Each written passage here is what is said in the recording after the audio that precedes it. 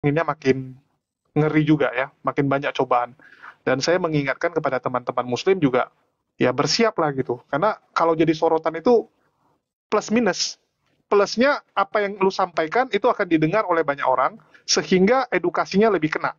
Yang sebelumnya mungkin kalau lu edukasi cuma ke 1.000 orang, ini sekali ngomong ke 10.000 orang. Tetapi negatifnya sempat lu buat silap itu akan jadi masalah kan gitu. Jadi pintar-pintarlah dan bijak-bijaklah. Dan itu sudah saya ingatkan kepada hampir semua teman-teman ya, termasuk Unirifa, Ustadz Wafi, dan Bang Zuma, serta teman-teman lain. Kecuali Nandar nih, Nandar belum gua ngomong soalnya. Bahkan Unirifa, saya udah duluan bilang, Uni, benar-benar harus jaga sikap, dan mulailah istiqomah, ya jangan aneh-aneh lagi. Bahkan Unirifa juga bilang, udah lu jadi manajer gua aja kan gitu. Jadi kita mulai. Jadi sama ini lo pikir gue aneh, Jul? Ya kan memang dari kemarin kan udah aku bilangin. Serang Julius, serang akunnya. Ya, jadi ini jadi perhatian orang-orang yang sebelumnya nggak lihat debat sekarang muncul. Jadi teman-teman saya pada bilang gini, padahal beranda dia nggak pernah ada diskusi lintas agama, nggak pernah muncul di beranda dia. Istilahnya di video-video tuh nggak pernah ada. Sekarang tiba-tiba video yang muncul di beranda dia udah Bang Zuma. Ya, jadi ada dua yang sebenarnya memang lagi tersorot sekali ya. Yang pertama Kodondi, baru yang kedua Bang Zuma. Nah, nanti pasti akan nyusul yang lain seperti Nandar, Unirifa, dan sebagainya. Kalau saya saatnya untuk menjadi orang di lapangan, di belakang layar ya. Saya nggak suka di lapangan, saya lebih suka di belakang layar. Saatnya saya muncul di belakang saja. Untuk itulah kita jadi tukang bersih-bersih dan tukang mendorong teman-teman yang lain. Oke, mungkin dari Unirifa ada mau ditambahin? Ya, seperti Sir Unggul katakan di live comment TikTok, lu juga Jul, jangan nyeblak sembarangan. Ingat. Jadi gini ya, teman-teman, dulu waktu sekitar 3 atau 4 tahun lalu, saya tuh termasuk orang yang paling sering menangis. Kenapa saya banyak menangis? Karena saya merasa bahwa apa yang kita lakukan ini di dunia ini, di dunia apologetika ini, dialektika Julius, Bang Zuma, itu hal yang akan bentrok dengan pemerintah, bentrok dengan banyak orang, bahkan tidak semua umat Islam itu mensupport kita gitu. Bahkan gak jarang kita tuh diserang sama muslim sendiri. Ngapain sih kalian debat-debat gini? Dan setelah mereka sendiri menyaksikan yang kita hadapi apa, akhirnya mereka sendiri akhirnya turun tangan dan terjun. Banyak kisah-kisah seperti itu. Salah satunya Ratu Entok ya, Jul, kita udah reaction kemarin videonya. Nah terus juga ternyata Masya Allah akhir-akhir ini aku lihat ada beberapa ulama kita tuh udah mulai baca Bible tuh, seperti Ustadz Hadi Dayat ternyata udah sering baca Bible juga loh, Jo. Ini yang bikin aku tuh sekarang tuh udah kayak lega 4 tahun 3 tahun lalu tuh aku sedih banget ya.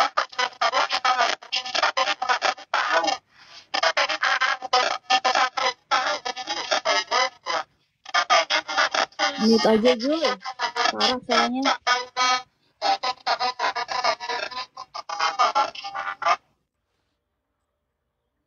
Uni buka mic-nya di TikTok.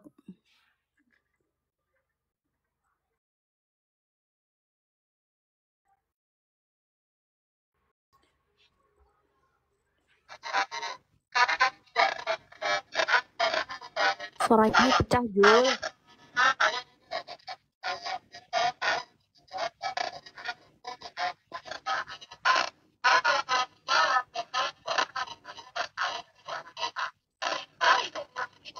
Karena menurut saya ranah dialektika ini atau lintas iman ini sejatinya bisa kok dijadikan sebuah hal yang positif, yaitu apa, men-trigger manusia yang beragama untuk lebih mempelajari agamanya. Kenapa ketika ditanya apa artinya iman dia tidak mengerti, loh selama ini dia ngapain? Begitulah dalam Islam itu kita dituntut untuk berilmu dan mengerti apa yang kita lakukan. Jadi amalnya orang berilmu tuh lebih kualitasnya lebih tinggi ketimbang orang yang beramal tanpa ilmu gitu. Nah jadi Ya karena di YouTube masih bagus. Ini suaranya di YouTube bagus, cuman di TikTok karena kan kita dua perangkat. Jadi mau nontonnya agak bagus mungkin di YouTube aja, kita live di Perisai Islam ya. Ini kita live di Perisai Islam. mudah-mudahan dan mereka kaget dengan ada nggak ayat begitu, ternyata ada ayat seperti itu dalam kitab mereka atau dalam Bible mereka. Nah saya justru men-trigger mereka untuk kalian baca, tanya sama pendeta ini maksudnya apa, tujuannya apa, maknanya apa, datang dari mana. Ya walaupun kita juga menghadapi para penghujat ya, yang mereka tuh tidak mau tahu dengan penjelasan kita, dan mereka juga sembarangan menjelaskan kitab mereka. Ketika ditanya kalian ini menjelaskan berdasarkan apa, mereka tuh nggak mau menyebutkan satu scholar pun, tapi mereka justru dari sudut pandang mereka sendiri. Nah ketika itu sudah terjadi, kita explore bagaimana cara memahami keyakinan ini, maka kita serahkan kepada umat untuk memilih mana yang make sense menurut mereka, mana yang betul menurut mereka.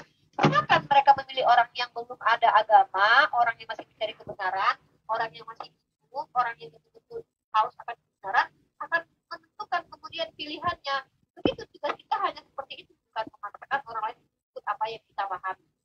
Dan kita juga bisa memaksakan paradigma kita kepada orang lain loh. Kenapa? Karena itu disebut sebagai sesuatu yang tidak toleransi. Dalam ranah diskusi kadang kita sepakat untuk berbeda. Ya udah, lu itu pemikiran lu, sekarang gue gini nih. Tapi kembali lagi dalam ranah diskusi kita menggunakan kaidah-kaidah yang dipercaya secara umum. Maksudnya adalah logika yang digunakan adalah logika yang diimani secara umum, definisi yang digunakan adalah definisi yang digunakan secara umum. Kecuali nanti seperti Islam punya definisinya adalah terminologi yang dibawa oleh para ulama kita, dan itu tidak bisa secara umum, itu makna khusus, dan itu dibenarkan dalam ranah diskusi. Hanya saja itu kenapa kita harus menyampaikannya ke publik dengan ranah ilmu. Kalau tidak, ya sama saja dengan omong kosong, itu kita melakukan penyesatan. Kalau kita sampaikan benar, iya orang selamat. Kalau salah gimana coba? Bahkan dalam Islam, orang yang mentafsir Al-Quran tanpa dasar keilmuan, maka benar pun tafsirnya itu tetap salah. Karena kita umat Islam yang awam ini seperti saya Al-Fakir ini hanya bisa mengutip kalam ulama. Karena saya diajarkan oleh gurunya Ustaz Wafi yang juga notabene-nya adalah Ustaz Wafi saya, bahwa kalam ulama menurut ulama kita adalah ibarat dalil. Kalam ulama bagi orang awam ibarat dalil bagi para mujtahid. Kita tidak bisa berbicara dari perspektif pribadi kalau kita tidak berilmu. Ya, bagi teman-teman yang mau dengar jelas, pindah ke channel Perisai Islam. Para orang yang sudah Ya, pindah ke Perisai Islam, karena di Perisai Islam lah kita lagi live. Suara original dari sana. Dari sini cuman suara tambahan ya. Jadi yang mau nonton lengkap di Perisai Islam. Nggak bisa kupin. Itu kan tulis di stiker tuh, ada stiker tulisan Perisai Islam. kepada Allah. Siapa yang ngajarin kamu seperti ini? Saya akan aman. Saya bilang Julius akan Julius yang bertanggung jawab atas segala kesalahan saya. Kalau dia salah ngajarin saya, maka dia yang bertanggung jawab. Itu indahnya Islam, itu keadilan Allah Subhanahu wa taala gitu. Nah, jadi teman-teman muslim yang sekarang sedang berdebat dan ingin menjadi berdebat atau apologet, ingat, mari sama-sama kita berupaya untuk menjadi lebih baik lagi. Jadikan ranah diskusi ini bukan tempat adu saling menyerang secara personal, menyerang komunitas tertentu, menghinakan pribadi tertentu, tapi betul-betul mengedukasi dengan bahasa-bahasa yang diizinkan dalam Islam. Perintahnya apa? Janganlah kalian berdebat dengan ahli kitab, melainkan dengan cara yang baik, kecuali bagi orang-orang zalim. Orang-orang zalim ya mohon maaf kalau suatu saat paku saya tercabut. Kenapa? Karena saya berhak kok ketika kalian menghina agama saya berhak mereaksi hal itu. Bukan berarti saya harus balik menghina sembahan kalian, tidak. Saya cukup hanya mengutip kitab suci kalian dan kalian akan ketampol. Begitu Islam ini menariknya adalah ketika kalian tunjuk Islam, kalian hinakan Islam, Bible kalian itu membentengi hinaan itu dengan apa? Menjadi tameng, akan mengembalikan peluru hinaan kalian kepada kalian sendiri. Nabok kalian bolak-balik. Itu bisa kita pastikan dan buktikan, dan itu metode yang selama ini kita lakukan. Nah, jadi itu saja mungkin teman-teman ya.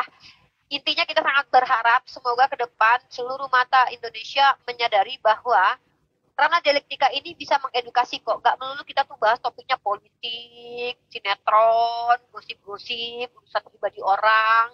Ada hal yang menarik untuk dibicarakan, yaitu ranah agama. Memang ada orang yang mengatakan begini ya, agama itu bukan untuk diperdebatkan, agama itu untuk dijalani. Hei sayang, ilmu itu didapat juga dari bertanya. Kalau lu nggak nanya, lu nggak ngerti apa-apa. Jadi ilmu itu didapat dari dua cara. Pertama dari wahyu, kedua dari penalaran. Dialektika itu bahkan sudah dilakukan oleh para filsuf zaman dahulu seperti Socrates. Itu dialektika adalah salah satu metode untuk mencari kebenaran.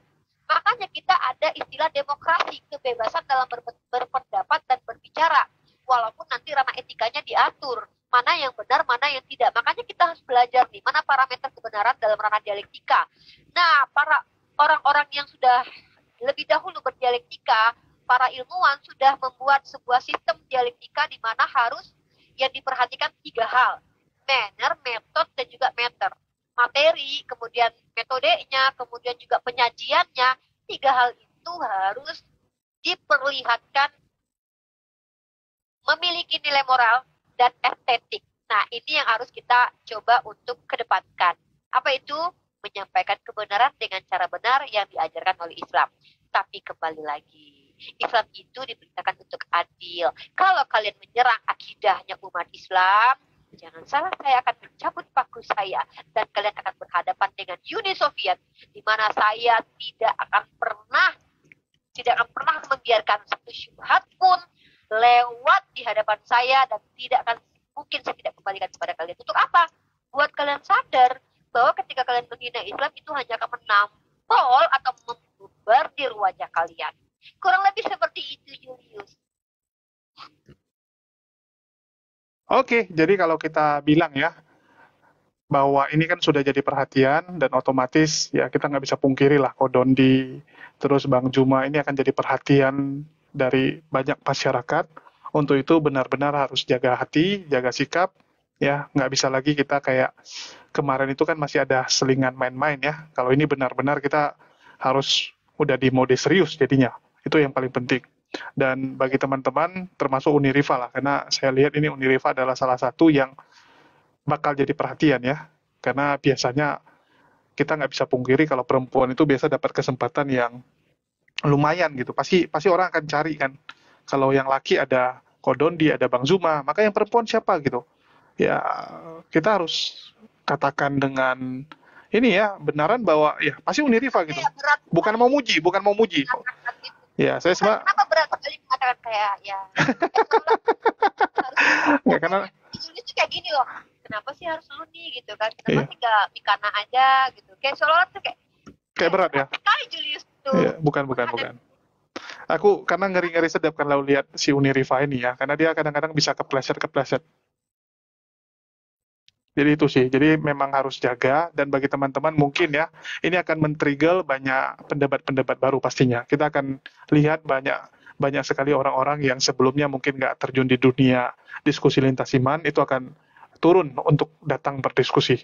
Ya, ini hanya masalah waktu dan kita akan lihat makin rame, dan tentunya ini satu hal yang positif karena selama ini kalau bisa dibilang kan channel-channel muslim itu cuma debat. Ya, debat misalnya contohnya Bang Zuma, Kores, ya, Uniriva dan sebagainya. Terus lama-lama kan ini mulai ya ada yang reaksi, contohnya Bamtri. Dulu saya sama Alayubi sama Bamtri ngomongnya gini. Kalau kita ikutan debat juga terlalu rame, udah kita ambil tugas yang lain yuk gitu. Ya udah kita ngalah, kita ambil tugas yang lain karena kami juga udah termasuk bosan lah, kan udah duluan ya.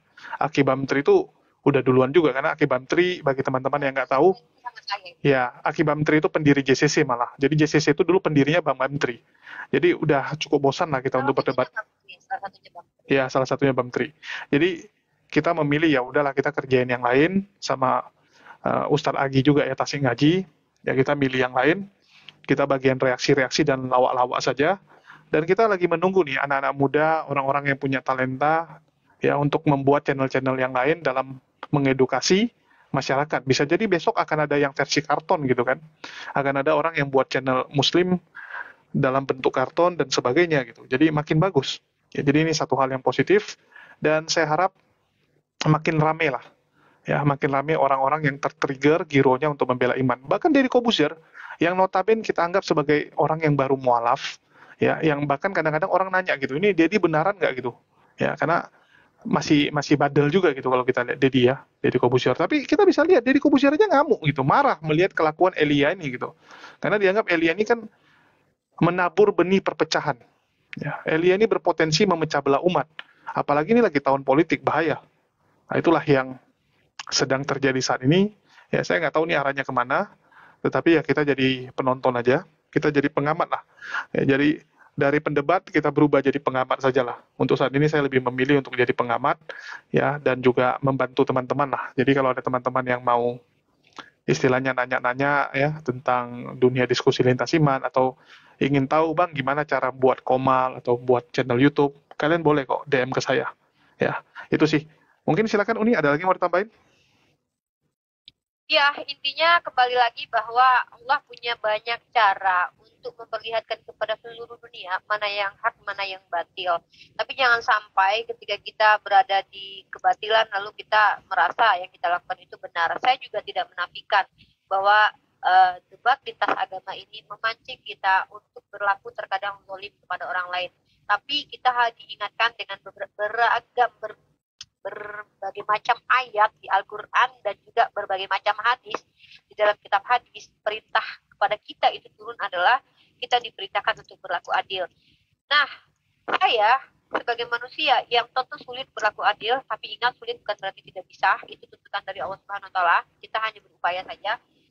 Memang bahkan pernah kepancing, ke-trigger ataupun lepas kendali. Karena saya manusia biasa. Uni, bisa buka mic yang di TikTok nggak? Soalnya mic lu yang di TikTok tutup. Yes. Coba kalau mic lu yang dibuka gimana? Nanti double. Nggak apa-apa. Double nanti double. Nah, artinya kita bisa terpancing, kita bisa marah, kita bisa tersakiti. Apalagi ketika kita berbicara tentang iman.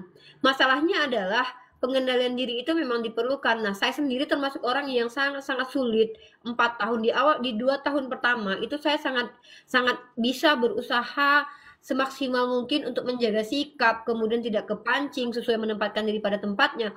Tapi di tahun ketiga, tahun keempat, saking banyaknya penghujat yang kita lihat, bahkan penghujatannya tuh semakin lama itu semakin keji dan subhat yang dilemparkan semakin fitnahnya semakin tidak mampu lagi didengarkan oleh telinga. Kita sebagai manusia biasa yang sangat mencintai Rasul kita, mencintai Allah dan takut kepada Allah, takut dengan azab Allah, dan mencintai agama ini, mencintai saudara-saudara kita yang dihinakan, itu kita terpancing, kita akan mereaksi itu, kita akan seperti saya contohnya, akan menunjukkan kemarahan kita. Nah, pada saat itulah terkadang kita di-frame oleh beberapa orang yang memang menginginkan kejatuhan kita. Maka ibarat kata semakin tinggi pohon semakin hati-hati itu betul. Kodondi, Bang Zuma, ataupun saya atau siapapun ya yang bergerak di ranah ini itu betul-betul harus kembali lagi kepada Al-Quran dan hadis. Kita kalau sudah dibentengi sama Al-Quran dan hadis, maka insya Allah kok kita akan dibantu oleh kekuasaan Allah gitu loh. Mudah saja bagi Allah itu menyelamatkan kita dari hal-hal yang akan mencampakkan kita kepada kezoliman terhadap kaum tertentu, seperti zolim kepada teman-teman Kristen sendiri. Makanya saya tuh punya metode begini. Kalau yang saya hadapi itu bukan penghujat dan dia benar-benar pure bertanya, maka saya akan mengimbangi hal itu. Saya akan menjawab saja dari sisi Islam. Tapi kalau yang saya hadapi adalah teman-teman Kristen yang pertanyaannya ada indikasi penyerangan terhadap akidah, syubhat yang dilemparkan, stigma yang dilemparkan yang tidak sesuai dengan apa yang kita imani dan itu dipaksakan, maka tugas saya akan menjadi mirroring dan komparasi. Dan insya Allah itu yang akan saya upayakan. Apa itu? Melakukan memperbaiki sikap untuk lebih bisa mengontrol diri, menjaga sikap untuk tidak menjadi asbab agama Islam ini dicerca dan dihina. Walaupun kalian nggak bisa lihat interpretasi Islam itu di diri saya, karena saya tidak mewakili Islam keseluruhan, saya hanya mewakili diri saya sebagai manusia yang lemah, yang betul-betul ke-trigger ingin membela keyakinan saya yang sedang diobok-obok oleh orang di luar Islam. Nah, jadi saya tidak menginterpretasikan Islam sama sekali. Saya adalah seorang wanita muslimah yang banyak kekurangannya dengan 1000 cacat saya dan ingin membela agama saya. Jadi salah kalau banyak stigma kepada saya. Terserah kalau stigma itu negatif, tapi kalau stigma positif maka saya katakan saya tidak seperti itu karena saya perlu banyak berbenah lagi dan belajar lagi. Nah, mungkin itu saja Julius dari saya. Masya Allah, mudah-mudahan ke depan karena apologi 3 ini akan semakin tertata. Ya kalau bisa pemerintah ikut campur. Pemerintah akan membuat tempat ya kalau memang mau dihentikan, hentikan serentak, semuanya harus dihentikan. Dari kalangan Kristen juga harus di stop, Muslim pun akan berhenti. Bahkan Bang Zuma sendiri akan bilang, saya orang pertama yang akan berhenti berdebat jikalau sudah kondusif. Artinya apa, tuntutan kita juga dipenuhi, tuntutan mereka pun mungkin minta dipenuhi ya. Elia minta reformasi, tafsiran, kan kita juga minta, kata Allah jangan diselewengkan lagi maknanya. Sesimpel itu.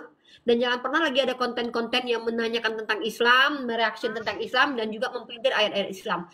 Pasti kita umat Islam ini akan berhenti. Banyak pekerjaan kita kok. Lagi ya seperti saya banyak kegiatan saya di luar sana daripada debat-debat begini loh. Ya, mungkin kurang lebih seperti itu Julius. Semoga kedepannya semakin baik lagi dan tidak menjadi asbab perpecahan di NKRI ini ya.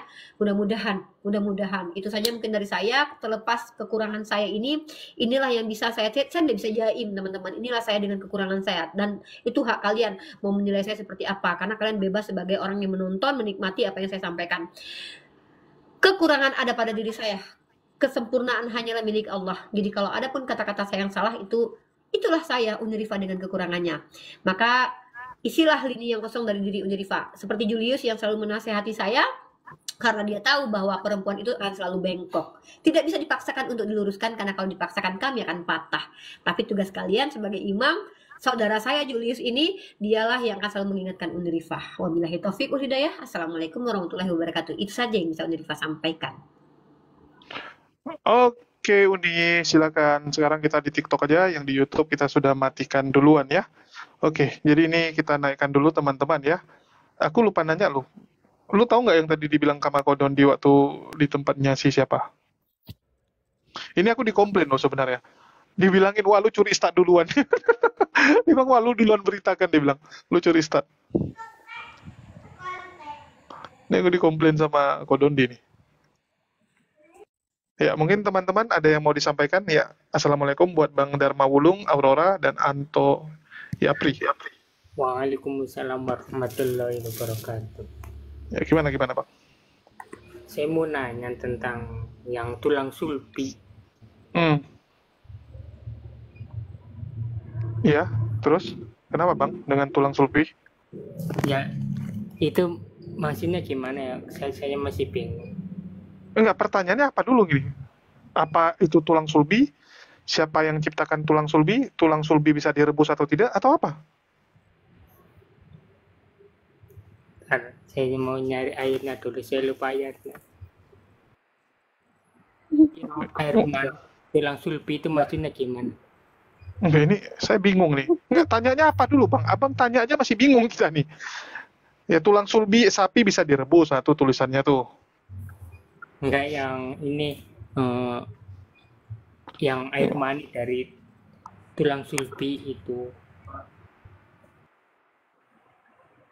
Ya, terima kasih. Ada pertanyaan menarik yang ingin saya tanyakan kepada Uni. Halo? Ya, silahkan. Kalau saya bisa jawab, insya Allah saya jawab. Kalau saya tidak mampu jawab, nanti Julius yang jawab. Saya tertarik sama dakwah Uni, cara bicara. Jadi saya kira punya wawasan yang luas ya mengenai secara khusus. Ini saya mau tanyakan, apa spesial daripada Muslim itu sendiri dalam artian keselamatan yang kekal? Apa yang umat manusia dapatkan ketika kehidupan yang sekarang ini telah berakhir dan kehidupan yang kekal menurut versi dari Muslim, dari Al-Quran?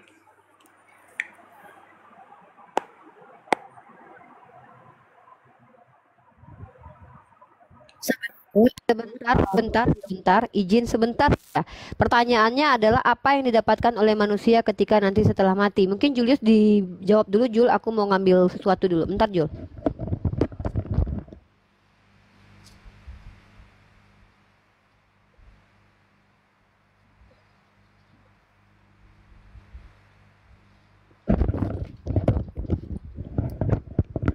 Oke, halo Julius.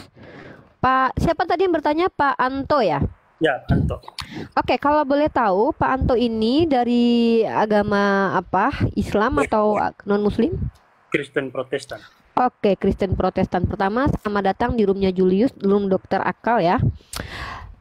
Jangan lupa subscribe ya Pak. Di subscribe channel Dokter Akal dan channel Unirifa. Mungkin bisa saja bermanfaat buat Bapak, insya Allah. Oke, sebelumnya perkenalkan saya Rifah, emak-emak remahan Rengginang biasa.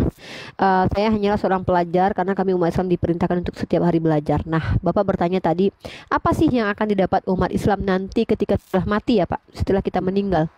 Nah, jadi dalam Islam sendiri Pak, kami meyakini bahwa umat Islam itu dijanjikan oleh Allah sesuatu yang indah, sesuatu yang tidak bisa dilihat, yang belum pernah terlihat oleh mata. Ntar kau besarkan pula aku. Sesuatu yang belum pernah didengarkan oleh telinga, sesuatu yang belum pernah dirasakan oleh kulit. Itu apa Pak? Jannah ini secara etimologi bisa artinya adalah kebun. Kena hembus-hembus. Nih. Ini gimana? Masih ada hembusan sedikit. Beresin aja dulu ini biar nggak gerak-gerak sana ke sini gitu loh. Semuanya Iya, diberesin dulu. ya beresin dulu. Toh ini cuman TikTok kan. Iya, TikTok aja.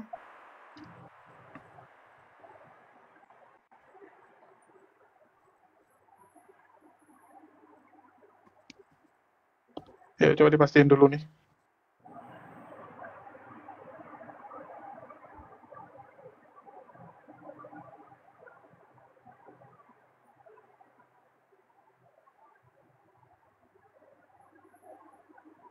Ya gimana Uni?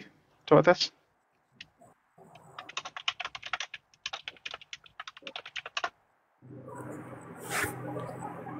Halo, nggak ada suara Uni. Dulu. Tes.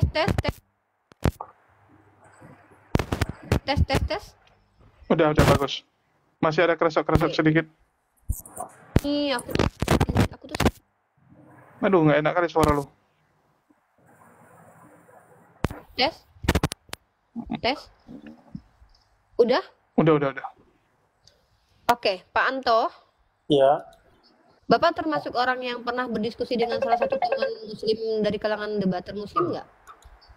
pernah sharing. Tapi Sama siapa? secara langsung lah, bicara sharing. Oke, sebentar ya, saya coba. Saya kasih waktu ya, biar saya fokus ya Pak. Saya lagi nge-live-in di YouTube. Aku live-in di YouTube ya, Jul. Oke, nanti Bapak ulangin pertanyaannya boleh Pak? Oh ya, boleh. Oke, bentar, silakan Bapak. Ya, Bentar, ini untuk YouTube ya Pak ya. Saya kan lagi live di YouTube nih. Oke, oke. silakan Bapak ulangi Ya, lagi.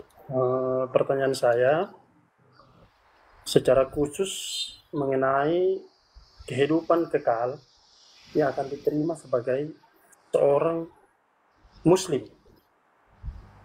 Dalam artian apa yang dijanjikan dalam Al-Quran yang akan didapatkan nanti ketika kehidupan yang kekal, kehidupan yang abadi, gitu maksudnya. Oke, Bismillahirrahmanirrahim. Rabbi usrah li sadri wa yassir li amri wahlul 'uqdatam min lisani yafqahu qawli. Semoga Allah memudahkan lisan saya dalam menyampaikan dan Bapak diberikan kepahaman, karena kepahaman itu datang dari Allah. Saya hanya menyampaikan, bukan memberi paham. Nah, Pak Anto bertanya sebagai seorang Protestan kepada saya sebagai seorang muslimah tentang apa sih yang dijanjikan oleh Allah nanti ketika kami umat Islam telah berpulang kembali ke hadapan Allah. Dan saya akan menjawab dari sisi muslim itu menggunakan dalil ya Pak. Saya bacakan dulu hadis dari Abu Hurairah. Ini hadisnya ada di dalam kitab Imam Bukhari nomor 3244 dan juga termuat dalam kitab Muslim nomor 2824, termaktub juga dalam kitab Al-Humaydi dalam Al-Musnad nomor 1133, dalam kitab Tirmizi dalam As-Sunan nomor 3197, Abu Ya'la Al-Musili dalam Al-Musnad, Musnad itu kitab buku ya Pak, nomor 6276, dan Ibnu Hibban nomor 369. Artinya hadis ini dimuat oleh banyak kitab, masuk ke dalam kategori sahih. Nah, saya bacakan dari Abu Hurairah. Abu Hurairah ini adalah orang yang hidup sejaman dengan baginda Rasulullah Pak. Beliau mendengarkan langsung dari baginda Rasul. Apa yang beliau dengarkan? Rasulullah Shallallahu Alaihi Wasallam bersabda, Allah Azza wa Jalla berfirman, ini hadis qudsi, Allah berkata, dan perkataan Allah itu adalah, aku telah menyediakan bagi hamba-hambaku yang solih kenikmatan yang belum pernah mata melihatnya, belum pernah telinga mendengarnya, dan belum pernah pula terbetik dalam kolbu atau hati manusia. Nah, kata a'datu, jadi kata a'datu dalam, jadi kalau dalam bahasa Arabnya ini an Abi Hurairah radhiyallahu anhu qala Rasulullah sallallahu alaihi wasallam qala Allahu azza wa jalla ya. Di sini a'datu li ibadi. Di sini pakai bahasa Arab Pak ya, karena saya harus menjelaskan juga bahasa aslinya. A'datu li ibadi. Kata Allah gini, aku telah menyediakan. Nah, kata ini Pak artinya adalah dalam bahasa Arab termasuk ke dalam fi'il madi, maksudnya adalah kata kerja yang sudah terjadi atau kerja lampau. Di sini maknanya surga itu telah Allah ciptakan, telah Allah buat. Nah, jadi Allah telah menyediakan al-jannah. Jannah ini boleh diartikan sebagai kebun atau tempat yang indah atau surga yang dijanjikan oleh Allah ya. Dan disediakan oleh Allah untuk mereka yang soleh. Yang mana? Siapa yang soleh ini? Orang soleh ini kriterianya yang telah memenuhi apa yang Allah sampaikan dalam surah Al-Baqarah, surah ke-25, ayat ke-25, Bismillahirrahmanirrahim, wa basyiril ladzina amanu wa amilus solihati anna lahum jannatin tajri min tahtihal anhar. Yang beriman dan beramal soleh. Nah, inilah orang-orang yang berhak mendapatkan jannah. Seperti yang disampaikan oleh hadis yang saya sampaikan tadi. Silakan Pak, apa yang ingin ditanggapi terkait tentang pertanyaan Bapak? Silakan. Jadi gini ya, mohon maaf sebelumnya. Ini kalau pemahaman kita sebagai orang Kristen dan kita memahami sedikit ya. Kalau untuk saya secara pribadi hanya sedikit memahami Al-Quran karena dari bahasa dan lain sebagainya kan kita nggak mengerti. Yang menjadi pertanyaan saya kan katanya kita akan disediakan 72 bidadari. Itu yang saya selama ini saya dengar. Kemudian mohon maaf. Kemudian yang kedua, pekerjaan kita itu kalau di surga itu, mohon maaf ya dalam tanda kutip ya, mohon maaf. Itu hanya nge-seks, mohon maaf. Saya tanpa It's okay, tidak masalah Pak, tidak ya, masalah. Bapak berbicara seperti itu hal yang wajar karena Bapak tidak mengerti dan tidak tahu. Tugas kami memberitahu. Silakan. Iya, karena termakan framing Polikarpus. Biasa ini efek terlalu banyak nonton channel-channel Polikarpus jadinya seperti itu. Saya kan bertanya. Iya, Nggak betul. apa-apa. Enggak, masalah. saya bilang. Itulah saya tahu suruh. gimana Saya cuma bilang kepada penonton biar ngerti gitu. Bapak ini hanya korban, hanya korban video-video Polikarpus. Iya. Kemudian itu bagaimana? Itu kalau menurut kami sebagai orang Kristen itu bertimbang balik, tidak sesuai dengan apa yang nanti dulu izin Bapak jangan membandingkan dulu Pak, biar saya jawab dulu kesalahpahaman Bapak. Iya, karena kalau Bapak membandingkan kita masuk ke ranah debat nanti. Bapak kan masih bertanya nih. Jadi gini, silahkan Bapak tanyakan, saya yang menjawab. Nanti ketika Bapak mau mengatakan wah ternyata berbeda Mbak Rifa, boleh kami izinkan Bapak menjelaskan surga perspektif Bapak. Biarkan kami jelaskan dulu, oke? Biar Bapak tidak salah paham. Iya itulah maksudnya tujuan Kok tetap nggak saya. enak ya mic-nya si Rifa? Ini mic-ku yang salah atau apa? Kayak pecah juga ujung-ujungnya. Tes. Masa sih? Tes. Ada pecah nggak menurut lu? Oh, ini agak penting. Iya, kalau kayak lu agak besar, kayak agak pecah dia. Oke, lanjut. Oke, ya coba disilakan kepada Uni untuk menjelaskan. Bagus ya. Siap. Saya akan jawab lagi ya. Jadi kami umat Islam ini tidak boleh berasumsi. Kami hanya bisa menjawab apa yang kami ketahui dan itu diberitahukan kepada kami. Oke Pak? Maka saya akan menjawabnya dengan ini ya. Dengan dalil saja.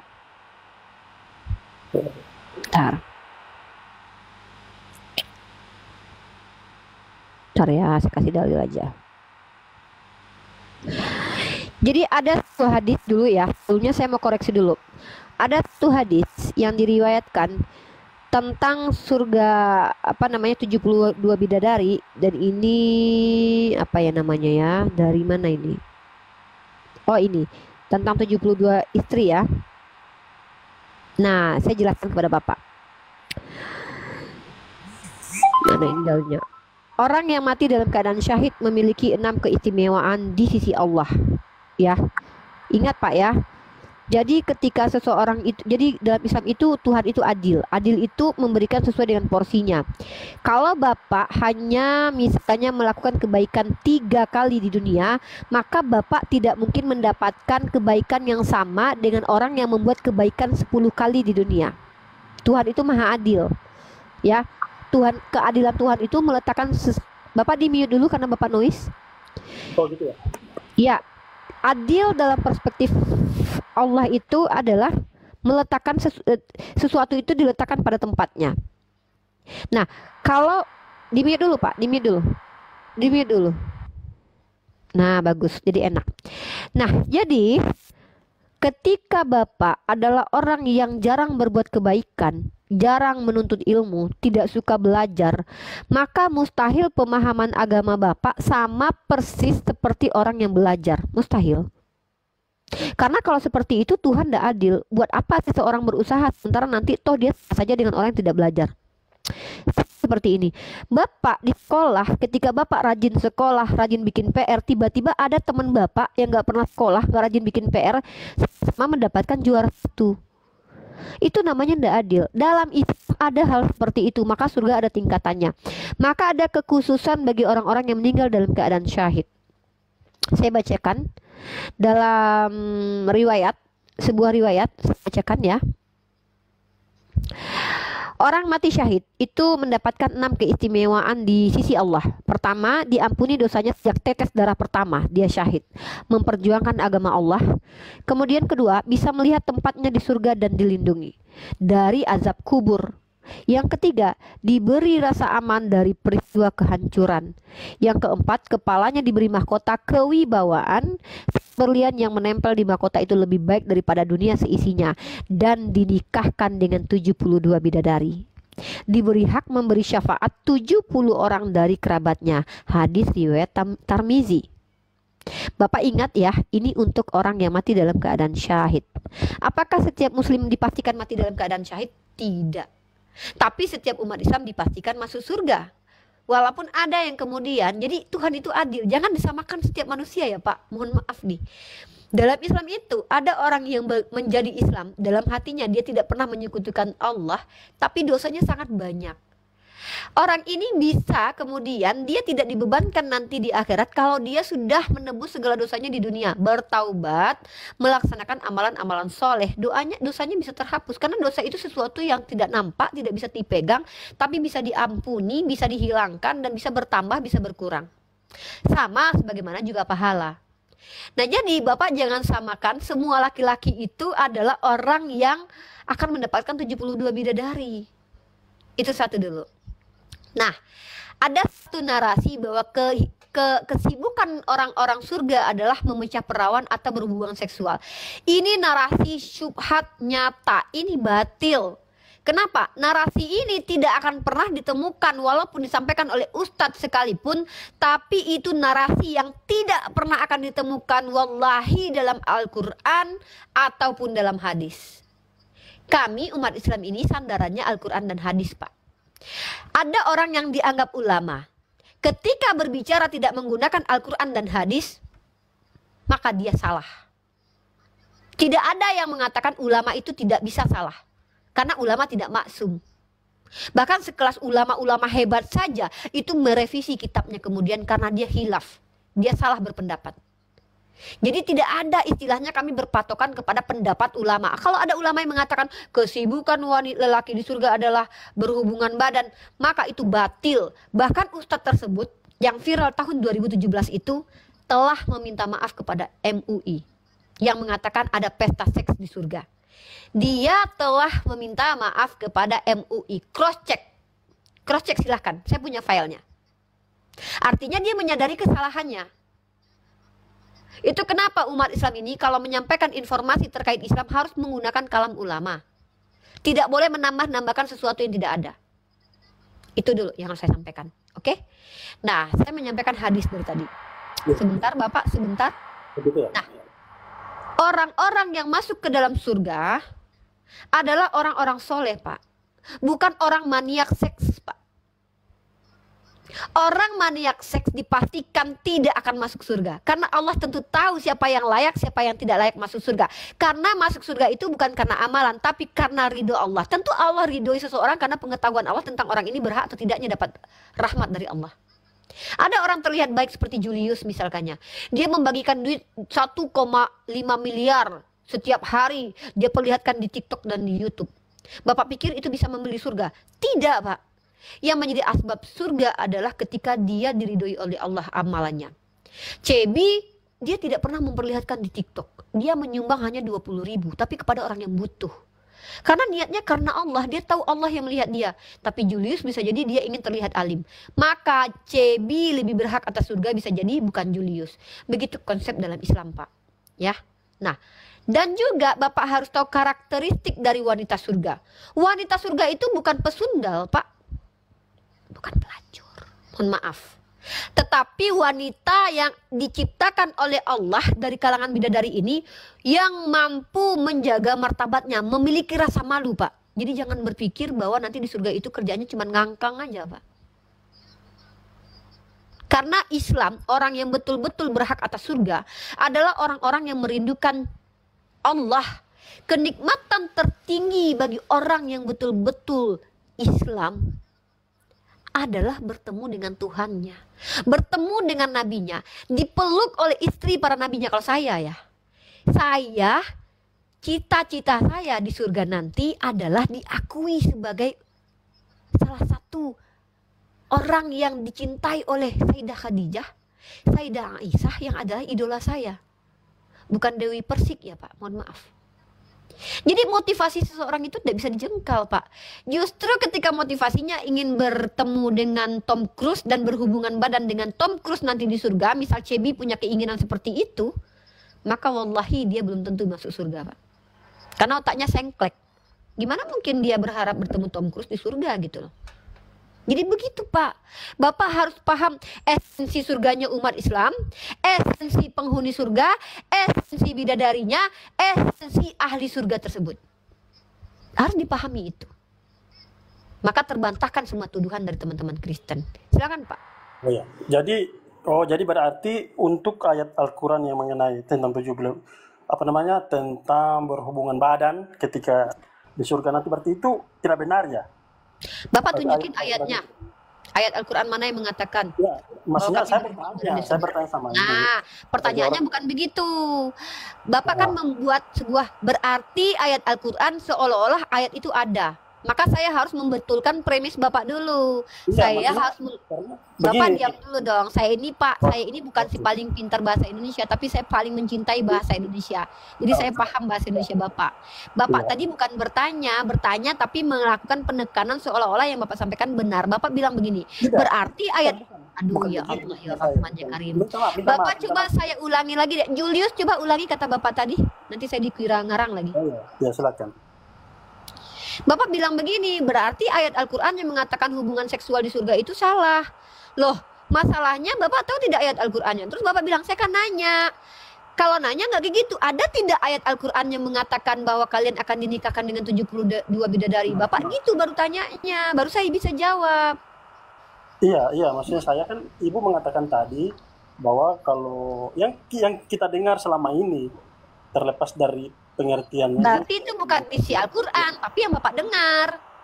Ya itu maksudnya saya dengar kepada orang-orang yang Bapak dengar itu bukan Al-Quran. Oh gitu. Berarti dalam artian. Jadi berarti dalam artian. Bukan pakai berarti lagi. Nah, maksudnya begini. Bapak, gini loh Pak. Ini yang menjadi asbab paku saya itu tercabut, Pak. Ini yang menjadi asbab. Terkadang saya itu berubah menjadi Uni Soviet, Pak. Saya ini manusia biasa, Pak. Saya sudah cukup sabar menjawab. Saya sudah cukup sabar mengarahkan Bapak agar hati-hati dalam bertanya. Apalagi pertanyaan itu menggunakan kata berarti.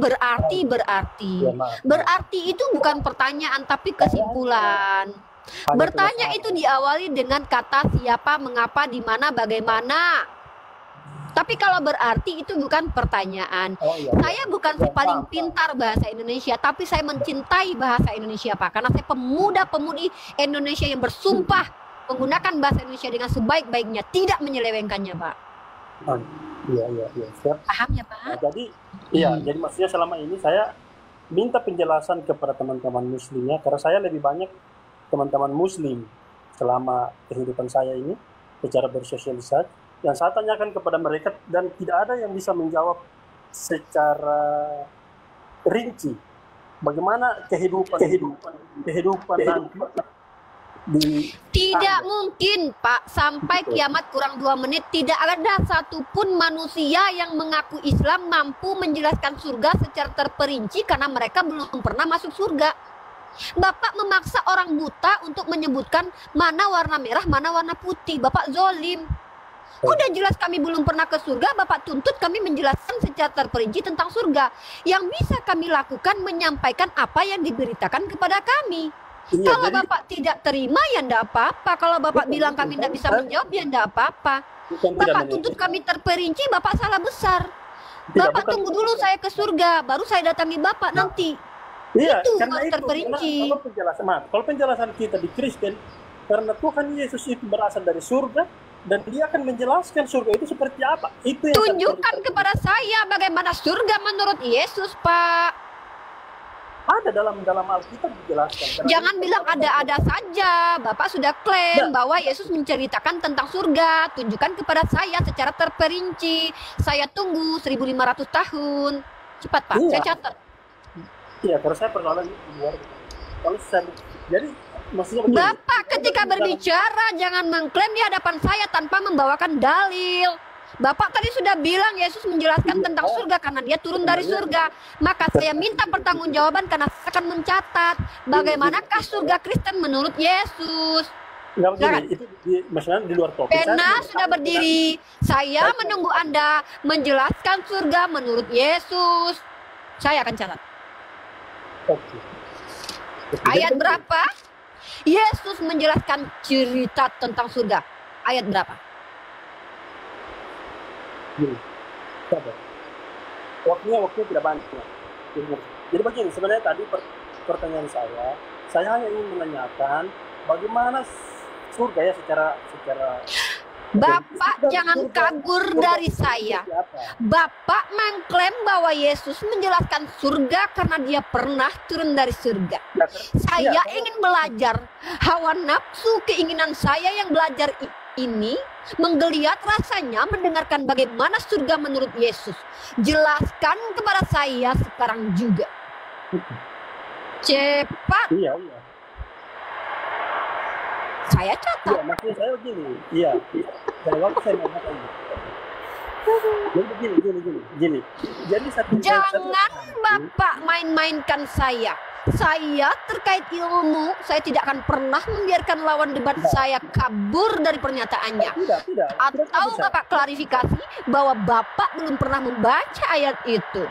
Iya. Gini, salah satu ayat dalam Pak, mohon maaf, Pak, mohon maaf, kayaknya hujan ya. Ini Ya. berisik banget, Ya. kita nggak dengar apa-apa loh.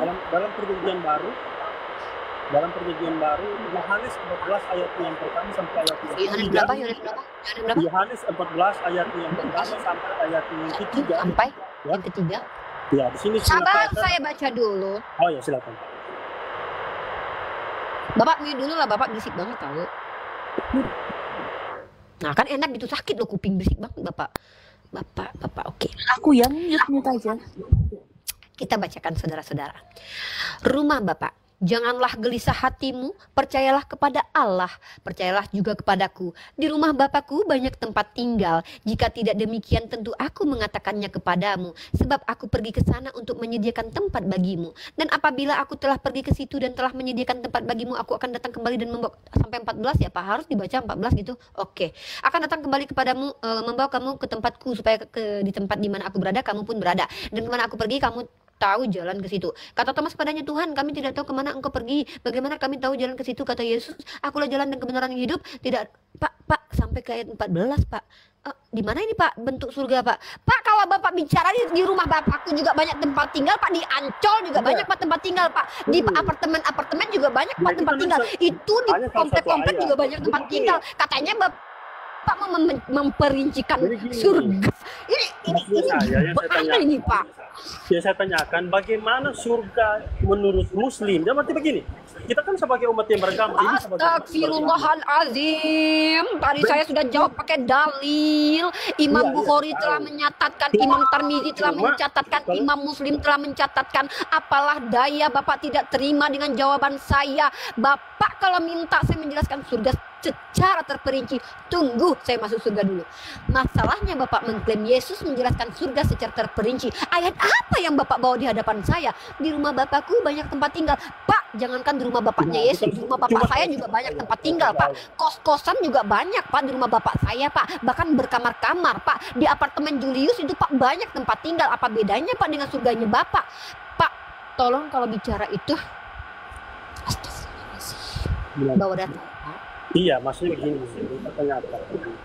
Selama ini kan dari Muslim itu, kalau kita mau meninggal, kemudian kita mau ke surga itu apa yang kita dapatkan?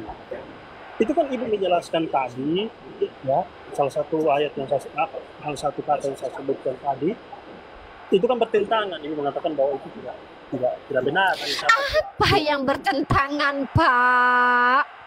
Dengan apa bertentangannya penjelasan saya, Pak? Gitu, gimana? Lama-lama, Pak. Saya masih mengendalikan diri ya, Pak. Tarik napas, Rifa. Keluarkan. Kali Pak Anto ini ya, berisik kali, Tarik Pak. napas. Tolong perbaiki itu dulu. Apa Keluar, namanya, Pak? Pak. Berisik kali dia. Tarik napas, Rifa. Keluarkan. Pak, saya mau tanya. Apa yang bertentang, Pak? Ya. Apa yang Yang selama ini saya kan tidak memahami surga seperti apa dalam Islam. Karena Saya kan salah satu, tunggu sabar. Salah satu yang saya mau menyebutkan ayatnya nanti salah. Bahwa dosa-dosa umat manusia, dosa-dosa umat muslim itu ditanggungan oleh kita sebagai umat yang bukan dari muslim. Kemudian dosa kita ditimbang. Kemudian dilihat, dan kita sebagai umat Kristen itu menanggung dosa. Jadi contoh. Halo Pak. Bapak ini ngomong Ya. apa sebenarnya nih? Iya, maksudnya itu yang saya mau tanyakan. Bagaimana menurut Ibu? Bapak, kalau bertanya itu, yang pertama, gunakan kata apa, siapa, mengapa, di mana. Dalam bahasa Indonesia. Iya, kan saya mengatakan begini. Itu Saya mengatakan cara begini. bertanya yang dalam Pak, gini, penelitian muslim yang saya Bapak diam dulu lah. Aduh, lama-lama. Pak, Bapak kalau bertanya itu caranya gini. Adakah ayat? Saya pernah dengar nih kurang lebih nasnya begini. Kira-kira betul nggak Uni ayat itu? Uni bisa nggak minta ayat itu? Nanti saya sebut. Nah, maksudnya itu gimana, Uni? Jangan Bapak nggak tahu apa-apa, lalu Bapak berarti. Giliran ditanya ayatnya mana, Pak? Loh, kan saya tanya. Pak. Astagfirullahaladzim. Tolong Bapak kalau nanya itu yang jelas. Bawa ayatnya. Kalau Bapak nggak pernah baca, tolong tanya aja sama kami, ada nggak ayatnya begitu. Jadi saya tuh nggak, gimana ya Pak, jangan merusak kecantikan saya malam ini Pak. Nanti saya jamak-jamak rambut saya sendiri. Poin yang ingin Bapak tanyakan tuh satu-satu juga. Saya manusia biasa Pak. Assalamualaikum. Waalaikumsalam. Ya Bapak mau nanya apa sih? Sebenarnya satu poin aja dulu. Bapak nanya apa? Ayo Bapak nanya apa? Bahwa nanti kalian akan jadi penebus kami gitu.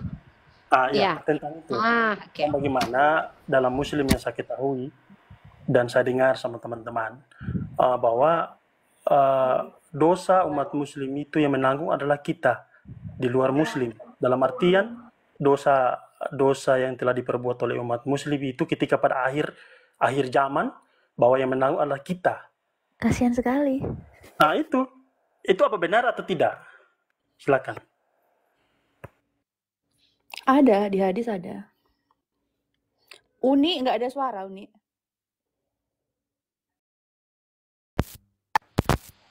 Oh, udah gimana tes.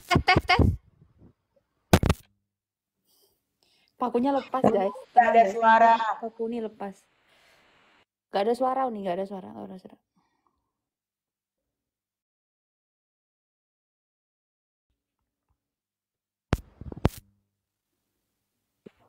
Kena azab. Nggak ada suara. Nggak ada suara, nggak ada. Nggak ada suara Uni. Halo, Woi. tes. Pantomin ini, pantomin. Ada.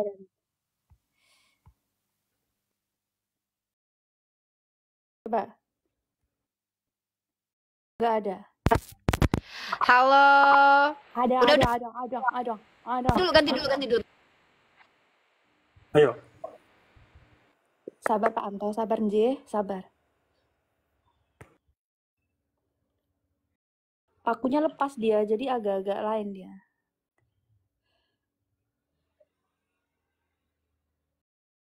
Sabar dulu ya guys. Ya, beliau nih mau berubah, Pak. Mau berubah ke ini. Power Mode Ranger princess. Pink, Pak. Halo, Udah, gimana? Oke, cek sound bagus. Jadi begini, Bapak Anto, dalam sebuah riwayat hadis memang tertulis bahwa nanti di akhirat orang-orang fasik dari kalangan Yahudi dan Nasrani akan menggantikan tempat saya dan Bang Alayubi. Harusnya saya sama Bang Alayubi ini masuk neraka nih, tapi karena kami orang Islam, Bapak orang Kristen, kasihan deh loh, akan menggantikan posisi kami. Karena kami berbeda, Pak. Kalau dalam iman Bapak orang benar yang menggantikan tempat orang jahat, Yesus yang baik itu menebus dosa-dosa penjahat seperti Bapak. Dalam Islam penjahat seperti Bapak akan menggantikan kami yang baik-baik ini di surga. Ya, itu dalilnya ada. Dan itu sebenarnya tidak aneh ya, Pak. Kenapa? Karena kalau Bapak lihat dalam kitab Bapak sendiri ya, saya kasih dulu nih. Amsal 21 ayat 18. Di situ Uni suaranya jadi patah-patah. begini kata Salomo, kalau saya tidak salah 18 ya. Bapak dengarkan baik-baik. Resapi, renung. Ya signalnya jelek. Halo. Halo.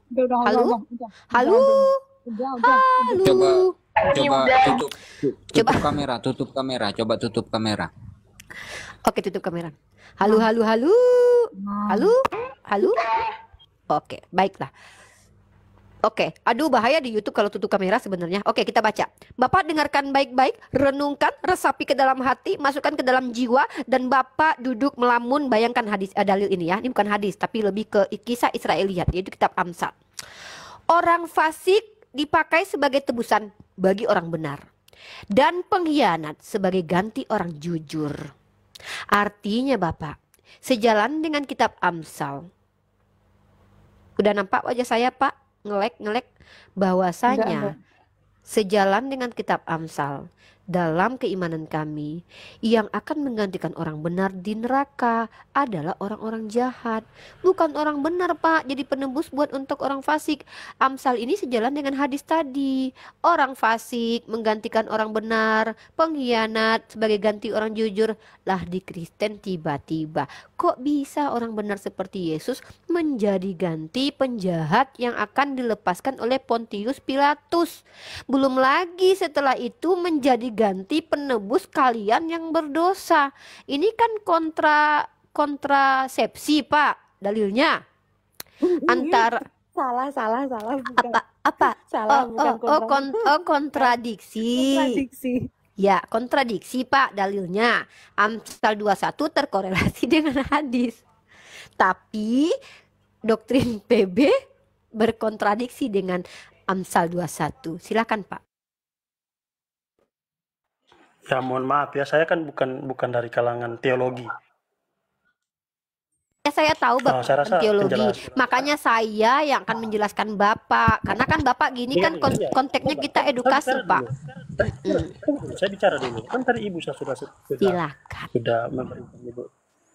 Jadi gini, itu kalau menurut saya ini agak keliru memahami. Keliru memahami tentang karena Ibu sudah berbicara tentang Yesus seperti yang kita ketahui. Kalau Ibu bicara tentang Yesus bagaimana? Itu Ibu harus kembali ke kejadian.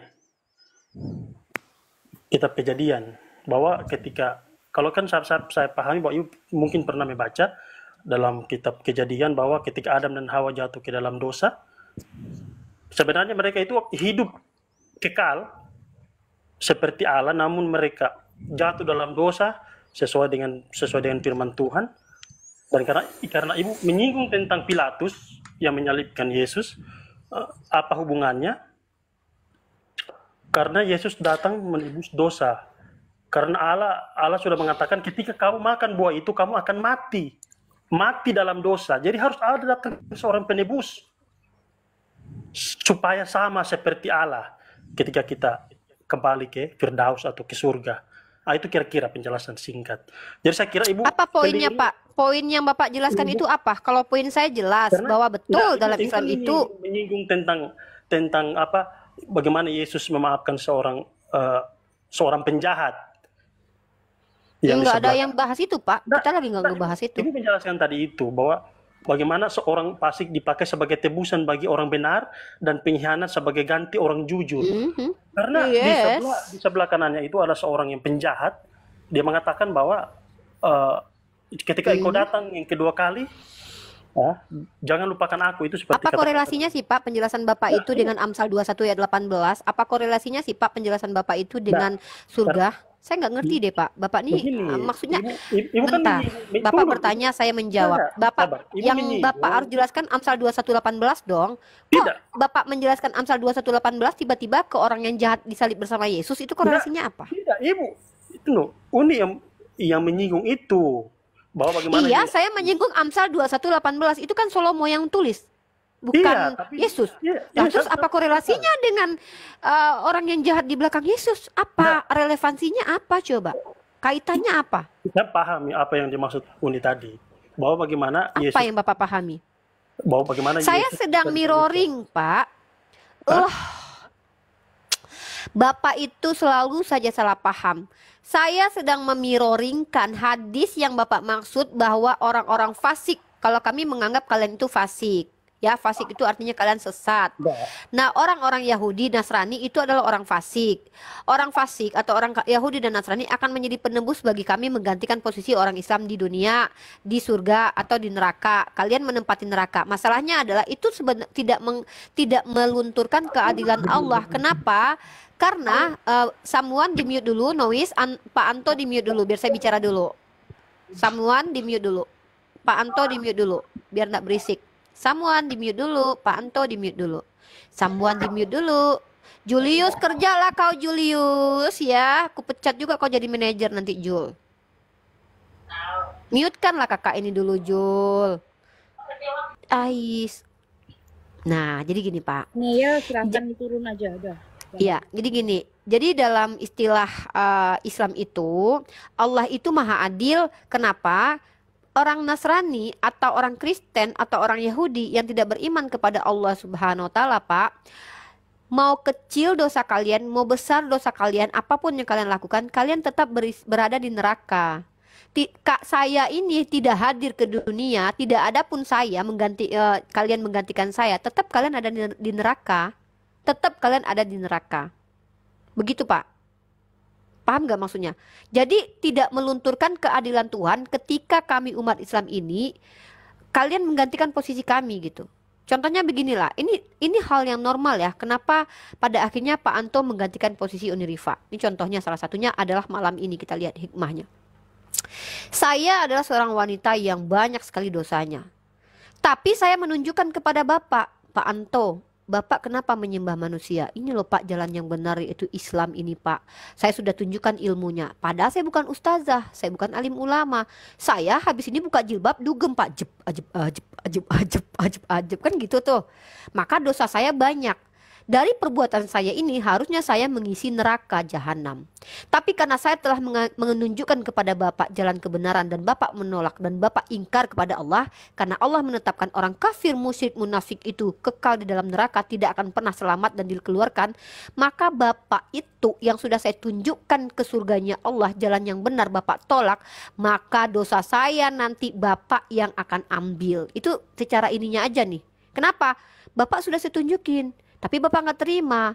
Yang penting saya sudah berusaha menunjukkan kepada Bapak. Bapak nggak mau. Matilah kau dimakan cacing. Kan gitu. Nah, saya yang orang bukan ulama ini, bukan ustazah ini, habis diskusi ini jam 2 malam langsung ke ajib sama Cebi berdua ya kan Pak? Kami nari tiang gitu kan. Besok pulang mabok, habis itu sholat subuh. Karena kami doif, manusia tidak berilmu gitu kan. Walaupun kami diperintahkan mencari ilmu.